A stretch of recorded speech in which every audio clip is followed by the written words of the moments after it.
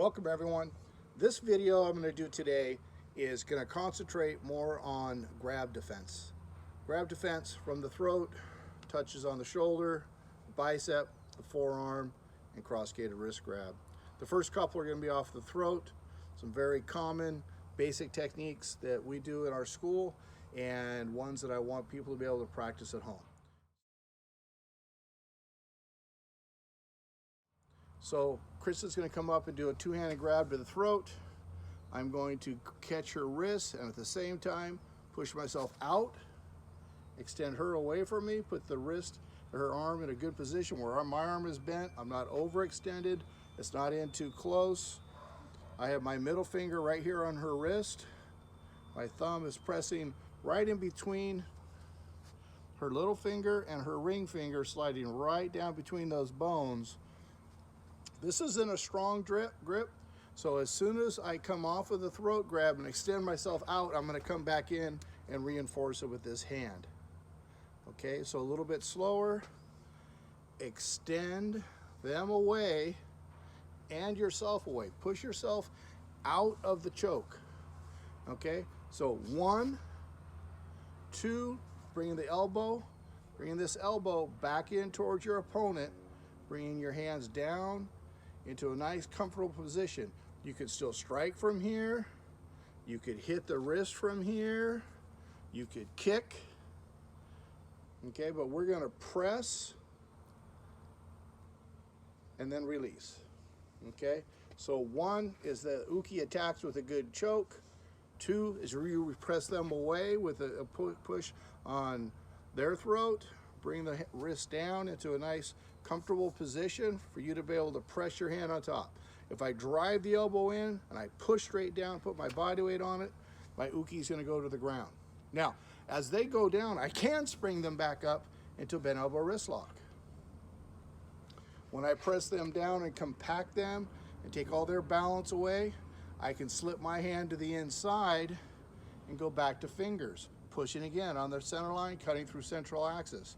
Two-way action here. I keep my hand on my center line.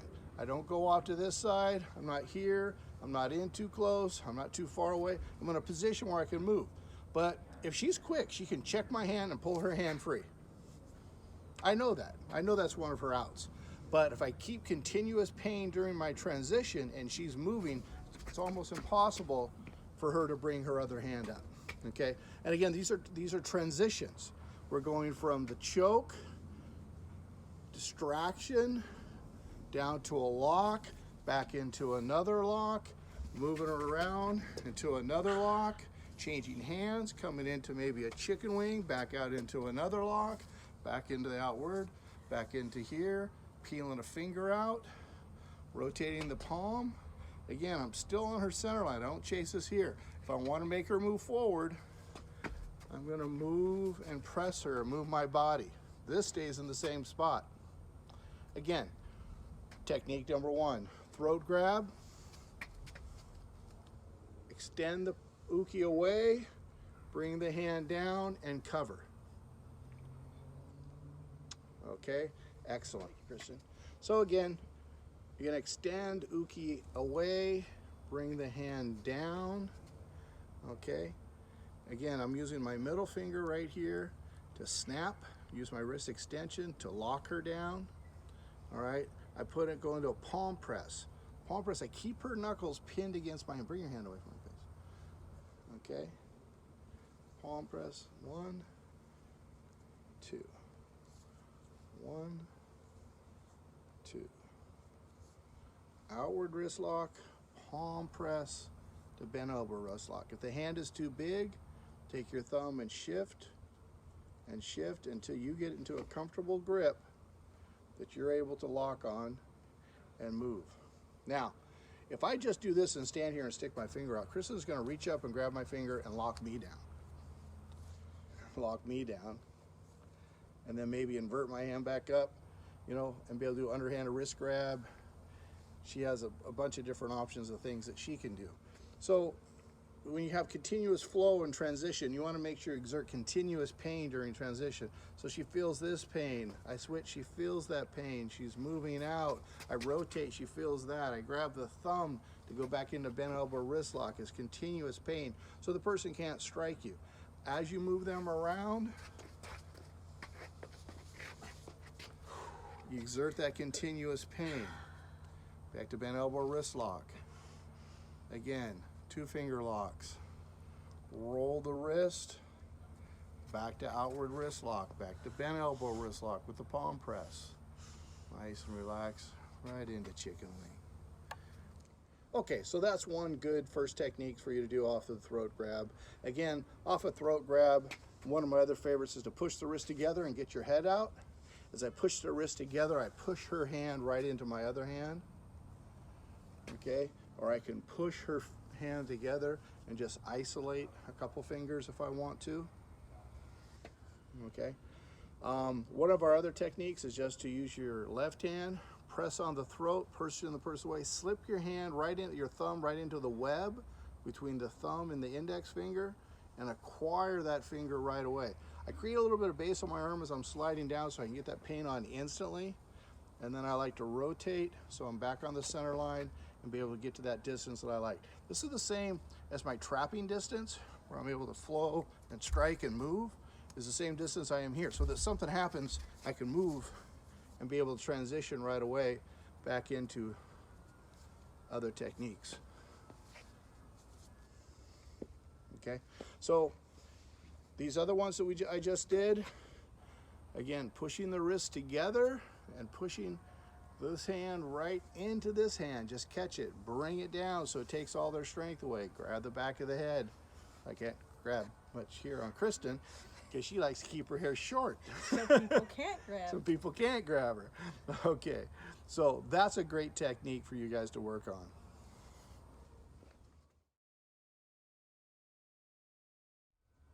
Okay, the next area I'm going to take you guys into is grabs on the bicep.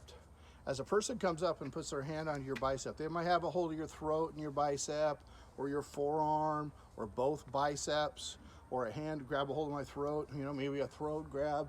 Either way, I could try and fight for this. I could strike back, I could pinch, I could hit, or if I want to go for control, to get control of a hand, I'm going to use this pinching action here, feed this into this hand, and again, take the person away.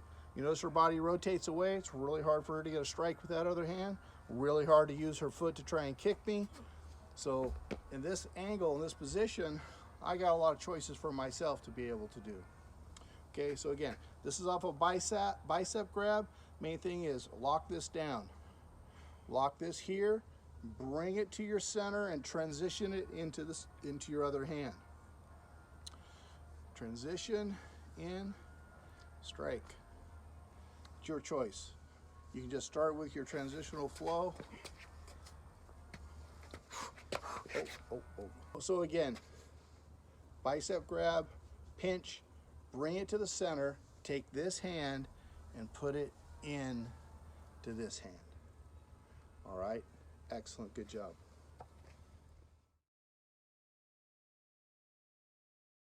Excellent, on to the next technique. So we did throat, we did some from the bicep, and now we're gonna do some techniques off of the forearm.